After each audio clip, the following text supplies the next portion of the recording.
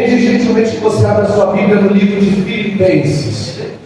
Aleluia. No livro de Filipenses, como eu sempre falo, enquanto você vai procurando, você vai glorificando. Então, enquanto você está procurando, fala: Senhor, glórias pelo meu trabalho, Senhor, glórias pela minha família, Senhor, glórias pela roupa que eu estou vestindo, Senhor, glória ao teu santo nome pela minha casa, Jesus, glória ao teu santo nome pelo meu trabalho, Jesus, glória ao teu santo nome por este ministério, por estas portas que estão abertas. Então vai glorificando, meus irmãos. Livro de Filipenses, obrigado.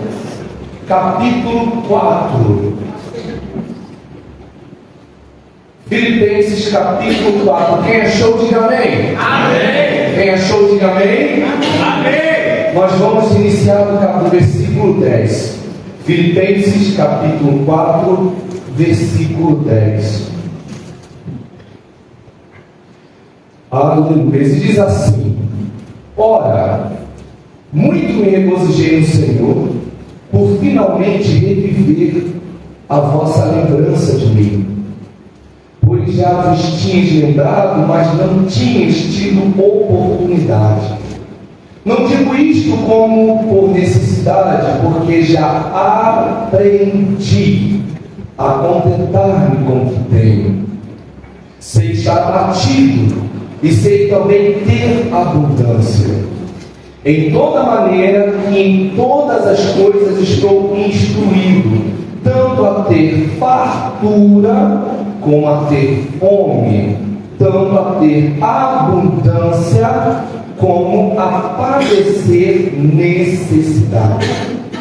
Posso todas as coisas em Cristo que me fortalece. Aleluia. Aleluia. Feche seus olhos, vamos orar. Vamos entronizar cada vez mais o Espírito de Deus no nosso meio. Jesus Cristo de Nazaré, Deus Todo-Poderoso, Espírito Santo de Deus, nós queremos dar continuidade a este culto, a Deus. Desde já te agradecendo pela tua presença, que tem sido, a Deus, grandiosa em nosso meio. Muito obrigado, a Deus, pela ministração dos louvores. Muito obrigado pelo Senhor ter visitado cada coração, cada alma. Muito obrigado por termos sentido o seu toque. E te pedimos, a Deus, que em nome de Jesus o Senhor continue, ó Pai, continue a ministrar em nossas vidas. Enquanto eu, na condição de homem pecador limitado, falo aos ouvidos, que o teu Espírito possa ministrar na alma, no espírito e no coração. Senhor, a palavra não é minha, a palavra é tua, e sendo a tua palavra, ela tem o poder de fazer o que a minha não tem.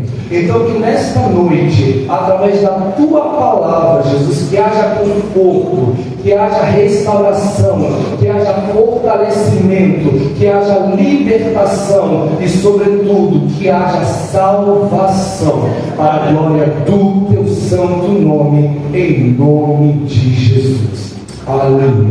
Glória a Deus. Meus irmãos, no mês de março desse ano, eu tive o privilégio de receber um convite para fazer parte de uma live com um pregador angolano. E essa live foi intitulada A Essência do Verdadeiro Evangelho. Então nós separamos alguns tópicos para discursarmos. Então nós falamos sobre a verdade do Evangelho, o testemunho do Evangelho, falamos sobre a satisfação do Evangelho, que é o que nós vamos ver hoje. Falamos também sobre a salvação do Evangelho. É claro que, tratando-se de uma live, nós não tivemos muito tempo para discursarmos.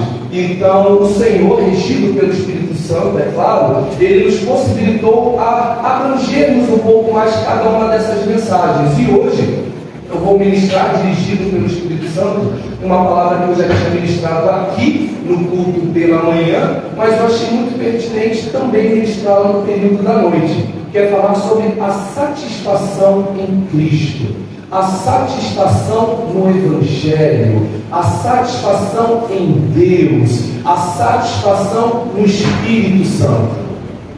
O que venhamos e convenhamos é uma tarefa extremamente complexa. Haja vista que nos dias de hoje, ministrar sobre a satisfação em Cristo é percorrer no contrafluxo daquilo que tem sido ministrado. E o que tem sido ministrado? O que tem sido ministrado nos dias de hoje, nos cultos das igrejas de uma maneira geral, é claro, nós não podemos generalizar, mas em muitas igrejas é a teologia da prosperidade, onde é pregado que os teus celeiros irão transbordar constantemente, não é verdade? É a teoria do triunfalismo, onde diz que o Senhor te chamou para ser cabeça e não como cauda. É a teoria do empoderamento, que diz que você não nasceu para perder, mas sim para vencer. Então essas teorias, essas ideias que têm sido implantadas nos cultos das igrejas brasileiras, ela tem adoecido o evangelho, ela tem adoecido a igreja. Por quê? Porque são palavras muito boas de se ouvir, mas são precárias de se viver. Quando você ouve uma palavra dizendo que Deus vai fazer, que Deus faz e acontece, é muito bom, é maravilhoso. Mas quando a gente chega na nossa casa, quando nós nos deparamos com a nossa realidade, nós vemos que não é bem assim, a situação acaba tendo um peso diferenciado. E é aí que muitas pessoas acabam enfraquecendo na fé. É aí que muitas pessoas acabam se decepcionando com o Evangelho. Por quê? Porque foram feitas a ele, foram feitas a ela falsas promessas de que tudo mudaria. A partir do momento que você entregasse a sua vida, o teu celeiro, que até então estaria vazio, iria transbordar. A partir do momento que você entregasse a sua vida para Cristo, tudo mudaria. Ou seja, você que estava sendo cauda até então, você seria levantado como cabeça. A partir do momento que você entregasse a sua vida para Jesus, você que até então estava tendo uma vida de perda, você passaria a ganhar. Mas quando a gente olha para o verdadeiro Evangelho, não é isso que a palavra diz. Se nós olharmos para a própria Bíblia, nós vamos ver que Jesus, sendo Filho de Deus, o próprio Deus, ele precisou perder. E onde que Jesus perdeu? Na votação entre Barrabás e Jesus. Quem foi que perdeu? Quem foi que perdeu? Jesus perdeu. Eita, Jesus! E isso já traz para nós a concepção de que o Evangelho não é sempre ganhar. Evangelho não é sempre triunfar. Evangelho não é sempre ter os nossos celeiros transbordantes. Evangelho não é ter um Deus ao nosso dispor. Muito pelo contrário, é estarmos ao dispor de Deus. Isso é Evangelho. Talvez você não tenha entendido, eu vou repetir para você entender. Evangelho não é termos um Deus ao nosso dispor, é nós estarmos ao dispor de Deus. Assim como Jesus esteve. E Jesus precisou perder para que o plano fosse seguido. Se Jesus fosse de repente orgulhoso, não, eu sou filho de Deus, eu não vim aqui para perder. Não, eu sou filho de Deus, eu não posso perder hipótese alguma. Talvez nem eu nem vocês estaríamos aqui hoje, porque o plano teria dado errado. Porque o plano é que o cordeiro fosse sacrificado. Quantos estão entendendo essa mensagem, meus irmãos? Então hoje em dia nós vemos muitos cultos adoecidos, nós vemos muitas igrejas adoecidas, justamente por estarem ministrando, por estarem se deixando levar por essa teologia da prosperidade, pela teoria do triunfalismo, pela teoria do empoderamento, justamente pela falta de entendimento da palavra. Quem nunca foi ministrado por essa palavra? Posso todas as coisas naquele que me fortalece. É uma palavra que revigora. É uma palavra que te enche. É uma palavra que te deixa com o peito estufadão. Tudo eu posso naquele que me fortalece. E quando você chega na segunda-feira pela manhã no seu trabalho, que você vê que a situação é a mesma, você começa a bugar. Mas peraí, eu recebi uma palavra de que tudo eu posso, mas agora eu estou vivendo na mesma situação. Isso, nós estamos sendo levados pela falta de entendimento da palavra. Infelizmente, muitas pessoas estão pregando a palavra de maneira inadequada. Alguns deles até têm o devido conhecimento da palavra, mas com o intuito de manterem o domínio, com o intuito de manterem-se manipuladores de uma grande massa, privam o entendimento dessas pessoas, justamente com o intuito de mantê-las em suas mãos. Quem está entendendo essa mensagem? Amém. Aleluia. Então, quando eu olho, tudo posso naquele que me fortalece, eu vejo que de igual modo existem outros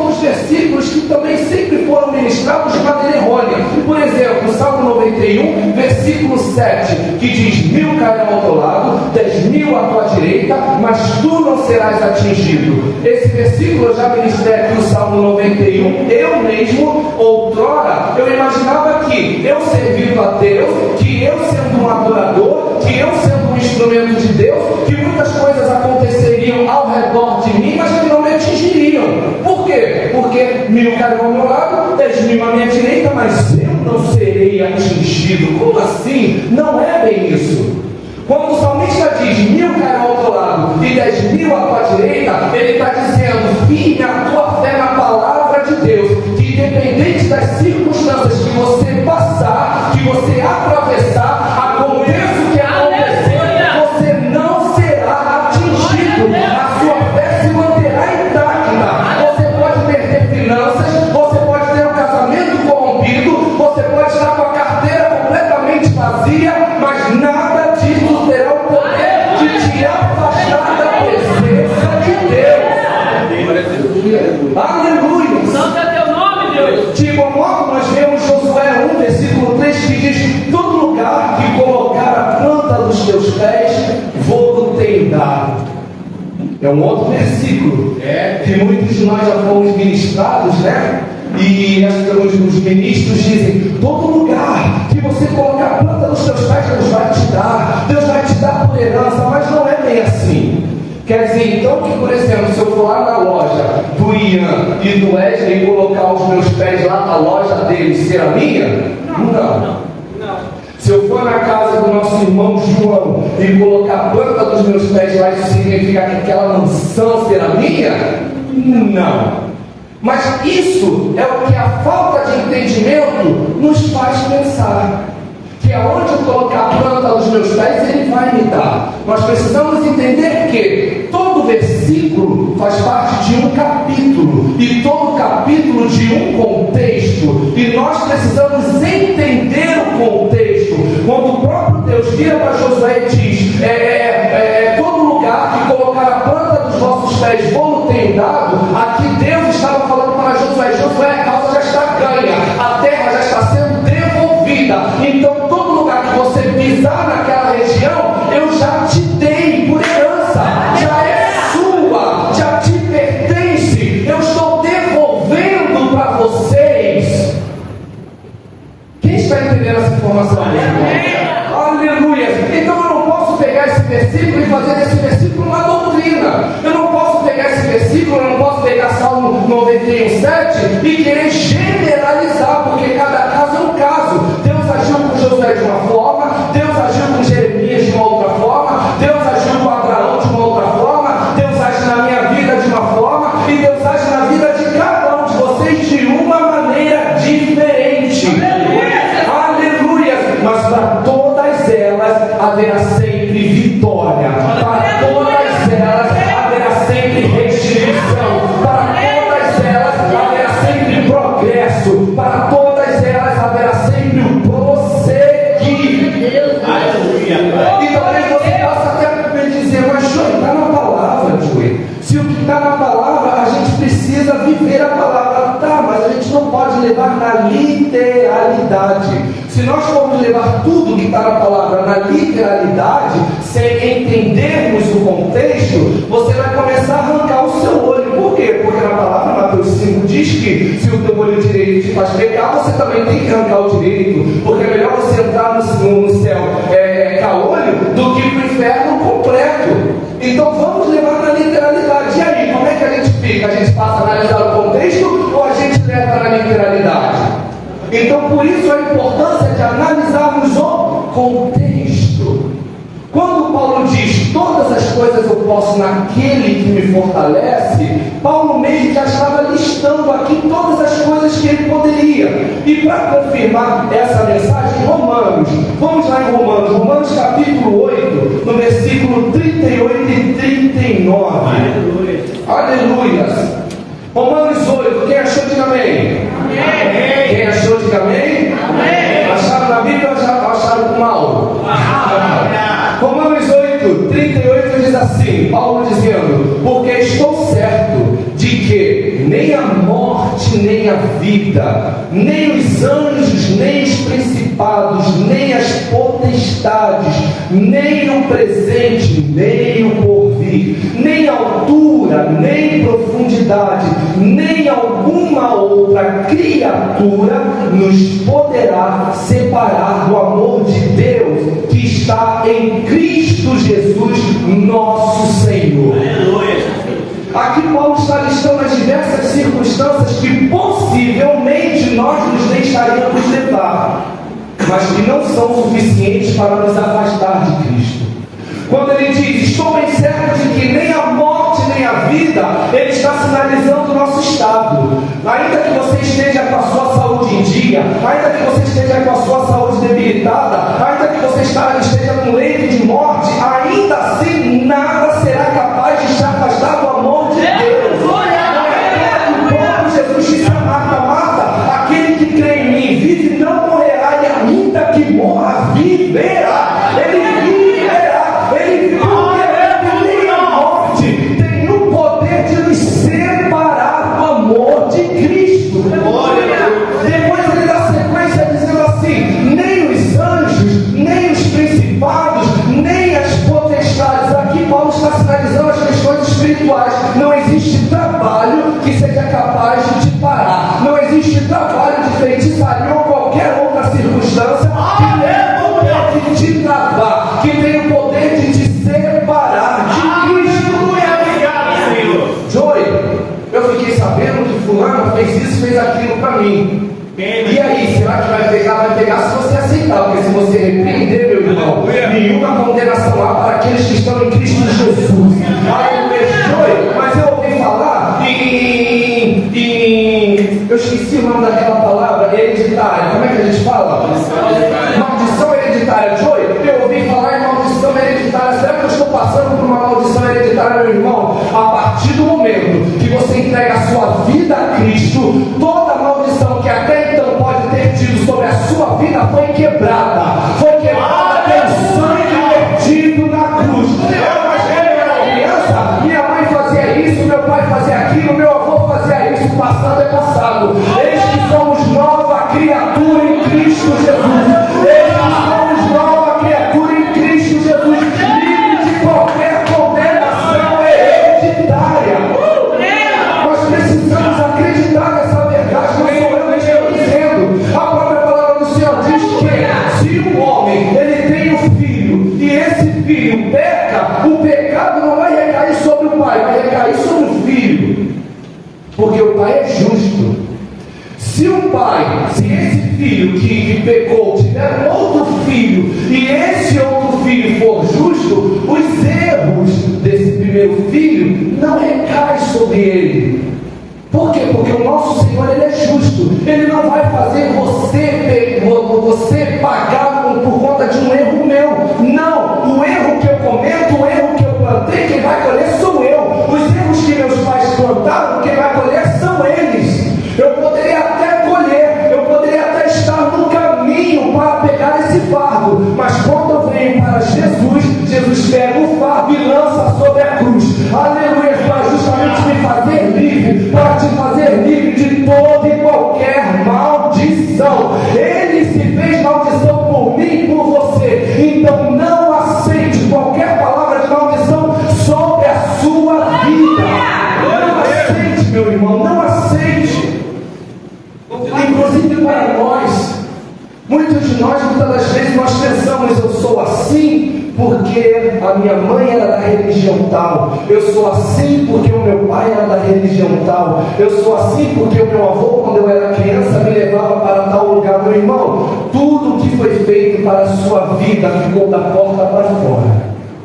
E nós precisamos acreditar na palavra do Joey, não na palavra de Deus. Aleluia. Depois Paulo diz, nem o presente, nem o porvir. Aqui Paulo está falando sobre a questão do tempo.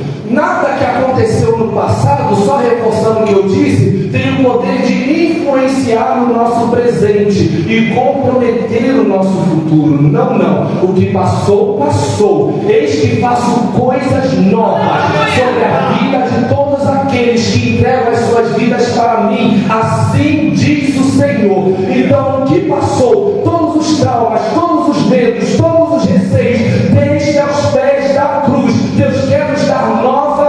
vida. Deus quer que nós sejamos livres pelo poder da palavra, pelo poder do Evangelho de Jesus Cristo de Nazaré. Então ele continua dizendo, nem altura, nem profundidade. Aqui Paulo está dizendo a questões geográficas. Muitas pessoas se prendem, né? A igreja A, a igreja B. Aqui Paulo está dizendo, você precisa estar na presença. Você precisa estar na presença de Cristo. Não importa se você está na igreja A ou na igreja B ou na igreja C, você precisa estar no corpo. Por quê? Porque todo membro fora do corpo, ele sobrevive apenas por algumas horas, mas ele vai morrer. É verdade. Então, hoje em dia, em especial, muito se prega, Deus ele não habita em templos feitos por mãos de homens, e é verdade. Deus hoje ele habita em mim, Deus hoje ele habita em vocês, Deus hoje ele habita em cada um de nós. Como sabeis que nós somos templo do Espírito Santo? Aleluia. Só que o templo, ele precisa estar junto do corpo. Uma vez que você esteja afastado, você pode se sentir bem na primeira semana, você pode se sentir bem no primeiro mês, você pode se sentir bem nos primeiros anos, mas vai ter um momento que você vai sentir o vazio, vazio que nada no mundo terá o poder de preencher, vazio que somente Jesus tem o tamanho adequado para preencher sobre a sua vida. Aleluia! E depois ele diz, nem alguma outra criatura. Essa outra criatura ele está se referindo a qualquer outra circunstância. Ou seja, Paulo aqui ele elimina todas as possibilidades que nós temos como justificativas para alegar a nossa separação de Cristo. Ou seja, nada tem o poder de nos separar do amor de Deus. Nenhum problema ministerial tem o poder de nos separar da presença de Deus. Nenhum problema de relacionamento tem o poder de nos separar da presença de Deus. Nenhum problema com o nosso relacionamento, no nosso trabalho, com a nossa mãe, com o nosso pai, independente das circunstâncias, terão o poder de nos afastar da presença de Deus.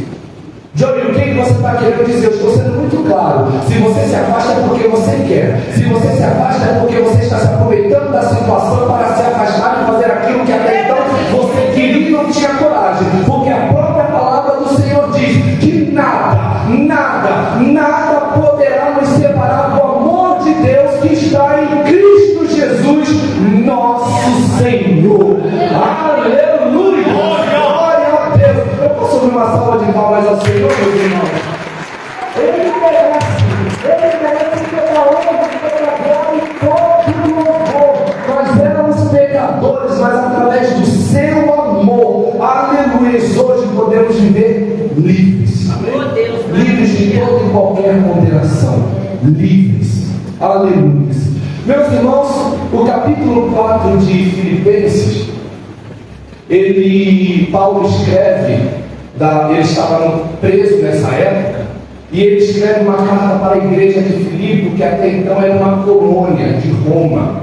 Ele escreve justamente agradecendo, porque a igreja de Filipe, ela escreve para Paulo e manda alguns recursos, manda ajuda para Paulo poder se manter de uma maneira um pouco mais favorável na prisão. Paulo estava preso ali mesmo em Roma. E daí então o capítulo 4 ele começa com algumas instruções à igreja de Filipe, encorajando os filipenses, dizendo que eles precisavam ser firmes no Senhor e que eles buscassem a paz e a harmonia entre si. Então o capítulo 4, no versículo 10 diz assim: ora, muito me regozijei no Senhor por finalmente reviver a vossa lembrança de mim, pois já vos tinhas lembrado, mas não tinhas tido oportunidade.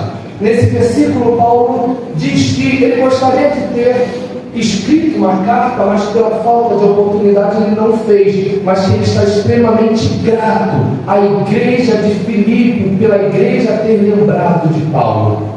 E eu acho isso muito interessante. Por quê? Paulo aqui está preso. Paulo não pode fazer o que ele fazia antes, mas a igreja lembra de Paulo. Paulo não pode abraçar como abraçava antes, mas a igreja lembra de Paulo. Paulo não pode visitar como visitava antes, mas a igreja lembra de Paulo. Paulo não pode ir levar uma cesta uma cesta básica para a igreja de Filipe, mas a igreja está lembrando de Paulo. Ou seja, a igreja de Filipe, ela reconhece a autoridade de Paulo e a importância que Paulo teve e tem na vida deles como homem de Deus. E aqui fica um questionamento para mim e para cada um de vocês. Será que nós temos lembrado dos nossos irmãos? Será que nós só lembramos dos nossos irmãos, dos nossos líderes, dos nossos liderados, quando eles podem fazer alguma coisa por nós? Hoje nós temos alguns lugares vazios. Será que vocês se recordam o que faltou? Será que saindo daqui hoje vocês vão pegar, tirar 5 minutinhos para mandar uma mensagem para o irmão e dizer: meu irmão, eu não te vi hoje no culto, está tudo bem, espero que esteja tudo sob o controle de Deus. Aqui nós vemos Paulo na cadeia. Paulo está preso, mas a igreja está mandando mantimento, a igreja está mandando recursos. Aqui a igreja, em outras palavras, está dizendo: independente do estado que você esteja, nós estamos aqui para te abraçar. Ainda que você não possa nos abraçar, nós estamos te abraçando. Você não está sozinho nesta luta, você não está sozinho nessa peleja. Nós estamos com você. E para que nós possamos preencher esses lugares aqui que estão vazios aos seus olhos, talvez possam ser poucos, mas no mundo espiritual é muito. São muitos lugares que aqui estão vazios. Cabe a mim, cabe a você nos importarmos com essas pessoas.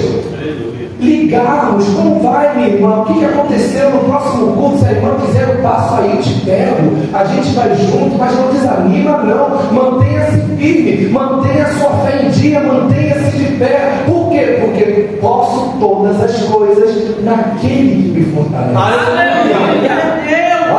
E Paulo então ele retruca dizendo: já tinha lembrado, né? Mas por falta de oportunidade eu não pude escrever. E no versículo 11 ele diz assim: não digo isso como por necessidade, porque já aprendi a contentar-me com o que tenho.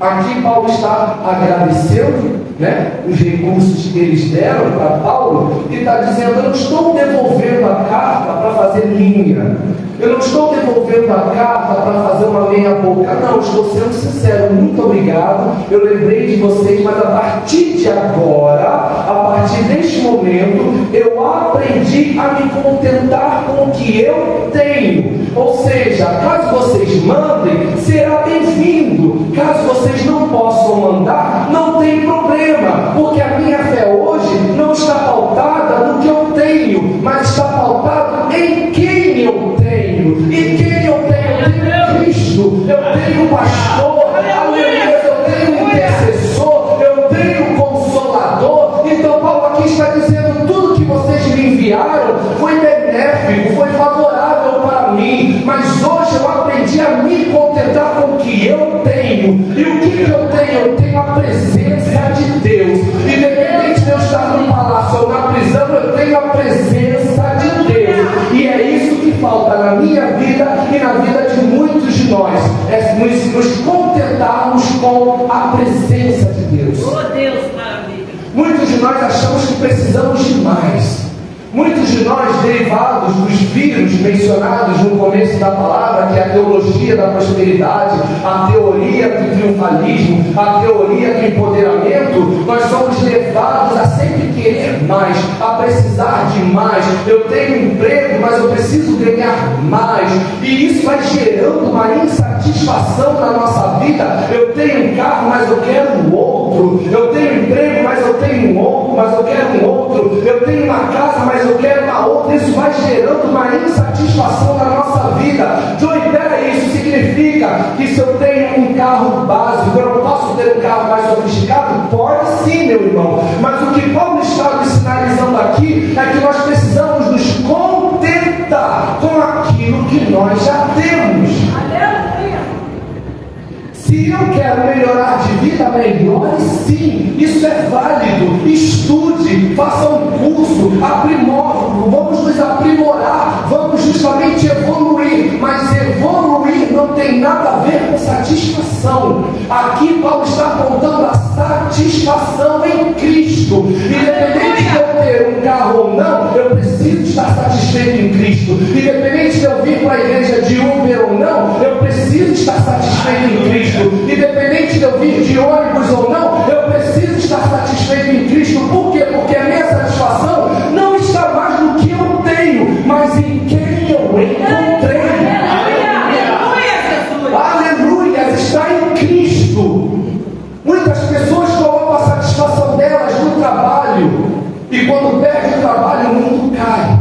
Muitas pessoas colocam a satisfação em relacionamentos, quando o relacionamento rompe, o mundo delas cai. Muitas pessoas colocam a satisfação até mesmo no ministério, e quando por algum motivo se afastam do ministério, o mundo delas cai. Por quê? Porque a satisfação não está naquele que nos chamou. Muitos têm pregado sobre aquilo que ele faz, mas não pregam mais aquilo que ele é. Ele é redentor, ele é criador, ele é salvador, ele é Cristo, ele é Senhor, ele é aquele que sabe te consolar, ele é aquele que sabe suprir as tuas necessidades.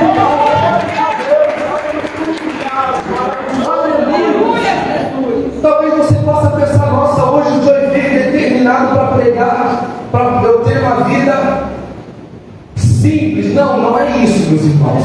Se você quer viajar, se você quer ter um carro maravilhoso, se você quer ter um apartamento, duplex, triplex, lute, estude, trabalhe duro de maneira honesta, mas não deixe de se contentar com aquilo que Deus já tem te dado.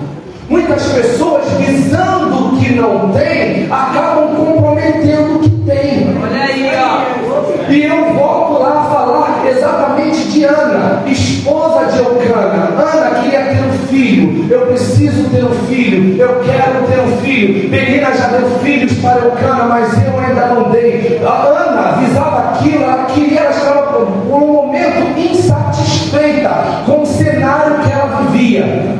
Até que Eucana, certa vez, no capítulo 1, versículo 8 de 1 Samuel, você pode ir lá, ele vira para Ana e diz: Ana, não te sou eu melhor do que 10 filhos? Ou seja, aqui Ana estava colocando o relacionamento dela em risco. Eucana era um homem de posses. Eucana era um homem que tinha muitos recursos. Não é à toa que a melhor parte da comida, a melhor porção era dada para Ana. Mas Ana não valorizava o que Eucana estava dando. Por quê? Porque ela estava insatisfeita. Ela estava visando o que ela não tinha, comprometendo o que ela tinha. Talvez você não esteja entendendo. Eucana aqui, ele representa Deus. Ana representa a mim e a você em nossas insatisfações no mundo. Deus já tem dado tantas coisas para a gente. Deus já tem dado tantas coisas. Talvez você possa olhar para a sua vida e dizer: mas eu não tenho nada. Mas se você olhar para a pessoa do lado, para o vizinho do lado, para a pessoa do outro quarteirão, você vai ver que nem a metade do que você tem, ela tem. Eita! Nossa, Joey, eu tenho um carro X, eu gostaria muito de ter um carro todo. Louve a Deus pelo carro que você tem. Joey, mas eu não tenho nem carro. Eu venho para a igreja de Uber. Louve a Deus, porque Deus tem te dado possibilidades financeiras de pagar o Uber. Joey, mas eu não tenho dinheiro nem para o Uber. Eu tenho que vir para a igreja de ônibus. Louve a Deus, porque Deus tem te mantido o dinheiro do ônibus. Nós precisamos nos contentar, meus irmãos. Uma vida de satisfação em Cristo. Não importa se eu estou num carro de ar-condicionado, é caro, é muito bom, é maravilhoso. Mas se eu estiver de vir de ônibus, eu vou vir com a mesma motivação. Porque o que motiva a vida não é o que eu tenho, é quem eu vou encontrar aqui. Aleluia! Aleluia! E esse é o Senhor Jesus. É o Senhor Jesus. Então Paulo está dizendo: eu aprendi a me contentar. E ele fala: eu aprendi com quem? Paulo aprendeu com o próprio Cristo. Em Gálatas 1, no versículo versículo 11, 12, ele diz assim: mas faço-vos saber, irmãos, que o evangelho que por mim foi anunciado não é segundo os homens, porque eu não recebi nem o aprendi de homem algum, mas pela revelação de Jesus Cristo. Muitos de nós estamos insatisfeitos porque não estamos tendo a verdadeira revelação de Cristo em nossas vidas. Joey, como assim revelação? Será que eu vou ter que ver o céu se abrindo? Será que eu vou ter que ver o anjo descendo? Não estou falando dessa revelação. Estou falando da revelação da palavra. Aleluia! Não existe nenhuma outra revelação mais poderosa do que a palavra. Pode vir um vaso e revelar o teu CPF, pode vir um vaso e revelar o nome de fulano e de Beltrano, mas nenhuma dessas revelações serão tão poderosas quanto a palavra de Deus. Então aqui Paulo está dizendo, mas pela revelação da palavra, ou seja, eu me aproximei da palavra, então eu aprendi com a palavra, eu me estruturei com a palavra, eu me fortaleci com a palavra, eu aprendi a me contentar com a palavra de Deus. Não é à toa que a própria palavra diz: e conhecereis a verdade vos libertará. Só existe libertação quando nós temos acesso à verdade. Em Oséias capítulo 4, versículo 6, a palavra diz: o meu povo pereceu por falta de conhecimento. A palavra não diz por falta de palavra, a palavra sempre teve. O que faltou foi entendimento. O que faltou foi compreensão. E é isso que tem matado muitas igrejas: é a falta de entendimento, é a falta de compreensão. Então aquele que aprende errado, prega errado, e aquele que ouve a administração errada, vive uma vida errada. Mas eu louvo a Deus, porque na cidade de Duque de Caxias, na rua Antônio Davi, número 79, existe uma igreja chamada Igreja Casa de Oração Nova Aliança, que preza pelo conhecimento, que preza pelo compartilhar da palavra, que preza pela estruturação da palavra de Deus.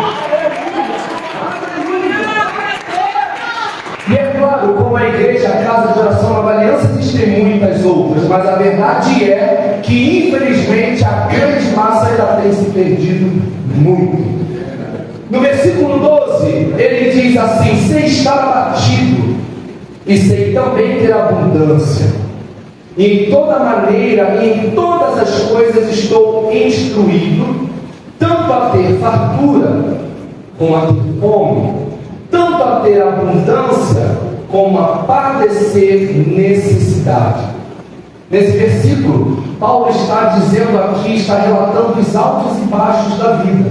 Perceba que a todo momento ele está dizendo: eu sei ter abundância, e na fartura e na fome, na abundância e também a padecer e necessidade, sei estar abatido e na abundância. Então perceba que a todo momento Paulo está dizendo: se eu estiver em abundância, eu vou estar bem, mas se eu estiver padecendo, eu também vou estar bem. Se eu estiver com os meus movimentos das pernas, dos braços, falando, eu vou estar bem. Mas se porventura, por circunstância da vida, Deus permitir que eu caia no leito, eu também vou estar bem. Paulo está dizendo: se eu estiver no palacete, sentado na mais requintada mesa, eu vou estar bem. Mas se eu estiver na prisão, como eu estou aqui nesse cenário, eu também estarei bem. Se eu estiver dormindo numa cama maravilhosa com edredom, eu vou estar bem. Mas se eu estiver ali no papelão, eu também estarei bem. Por quê? Porque nada disso tem o poder de me afastar do amor de Cristo Jesus.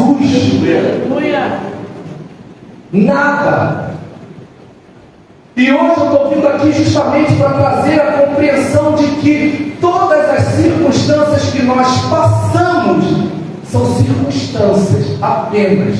Existe algo muito maior e nós não podemos nos abater e nos reter no momento que nós estamos passando, porque depois dessa pedra existe uma voz dizendo: venha para fora, e você vai sair com vida, você vai sair triunfante, você vai sair de maneira poderosa para glorificar o nome do Senhor. no fim ele diz: posso todas as coisas em Cristo que me fortalece. Só que quando ele diz posso todas as coisas, ele está dizendo posso todas essas coisas que eu acabei de falar para vocês. Porque se eu leio posso todas as coisas, isso significa que de fato eu vou poder fazer tudo o que eu quero, não é verdade? Mas quando eu entro no contexto, eu vejo que Paulo está dizendo: eu posso ser abatido, eu posso ter abundância, eu posso ter fartura, eu posso ter fome, eu posso padecer a necessidade. Por quê? Porque em Cristo eu tenho forças para superar, para me manter de pé. Virão acusações, mas em Cristo eu vou me manter de pé. Virão pedras, mas em Cristo eu vou me manter de pé. Virão traições, mas em Cristo eu vou me manter de pé. Virão desemprego, mas em Cristo eu vou me manter de pé. Virá a doença, mas em Cristo eu vou me manter de pé. Glória a Deus. Louvado seja Deus. Pode se preparar. Hoje você pode pensar: meu Deus do céu, eu já vi que realmente eu não posso tudo, né? Porque se eu levasse isso na literalidade, posso tudo naquele que me fortalece, eu sairia daqui da igreja agora e iria lá para uma concessionária e compraria um carro zero. Comprar um carro zero sem pagar nada, até vai, porque um nome limpo, a gente às vezes não precisa nem dar entrada, mas uma hora vai ter que pagar. Então a gente começa a entender que nem tudo a gente pode em Cristo que nos fortalece. Mas você pode sim manter a sua fé inabalável mediante ao vendaval, manter a sua fé inabalável mediante as tempestades, manter a sua fé inabalável mediante as circunstâncias que Deus permitir que você passe. Todas as coisas cooperam para o bem daqueles que amam a Deus. Todas as coisas, não apenas na abundância, mas também na escassez. Todas as coisas cooperam para o bem daqueles que amam a Deus. Eu não sei o que tem gerado possivelmente uma insatisfação na sua vida. Eu não sei os planos que talvez possam ter sido frustrados na sua vida. O Joey, ele tem duas pequenas frustrações minhas. E eu não falo para ninguém. É só entre eu e Deus, porque eu sei que um dia Deus, em graça e misericórdia, dentro da vontade dele, ele vai honrar. Mas eu sei que se ele não honrar, ele vai continuar sendo Deus. Então, ainda que eu seja meramente frustrado dentro desses dois pontos, mas essas frustrações, elas não me impedem de estar na presença. Essas frustrações não me impedem de louvar a Deus. Essas frustrações não me impedem de estar na presença e dizer: Senhor, Tu és santo, Tu és santo, Tu és santo, Tu és santo. Essas duas frustrações não me impedem de sair no domingo à noite, pegar o carro, o Uber, pegar o ônibus e vir para a igreja. Não. Por quê? Porque o nosso Senhor, Ele é muito mais do que qualquer frustração. Ele é muito maior. Então hoje eu não sei que tipo de frustração, que tipo de insatisfação você tem tido na sua vida. Um sonho perdido, um sonho que talvez você possa achar que não seja mais capaz de viver. Talvez você não viva. Essa é a realidade. Infelizmente pode ser que Deus realize, mas pode ser que Deus não realize. Mas eu preciso que você entenda, nós precisamos entender que independente dele realizar ou não, ele continua sendo Deus. E ele está no controle de todas as coisas. Se ele não permitiu, é porque tem um motivo. Motivo esse que nem sempre nós temos ciência, e não cabe a nós. Cabe a nós, como servos, apenas obedecer e termos prazer na presença do Rei. Então, que hoje você saia daqui satisfeito com o teu relacionamento, satisfeito com a tua saúde, satisfeito com o teu ministério, satisfeito com a tua família, satisfeito com o seu trabalho.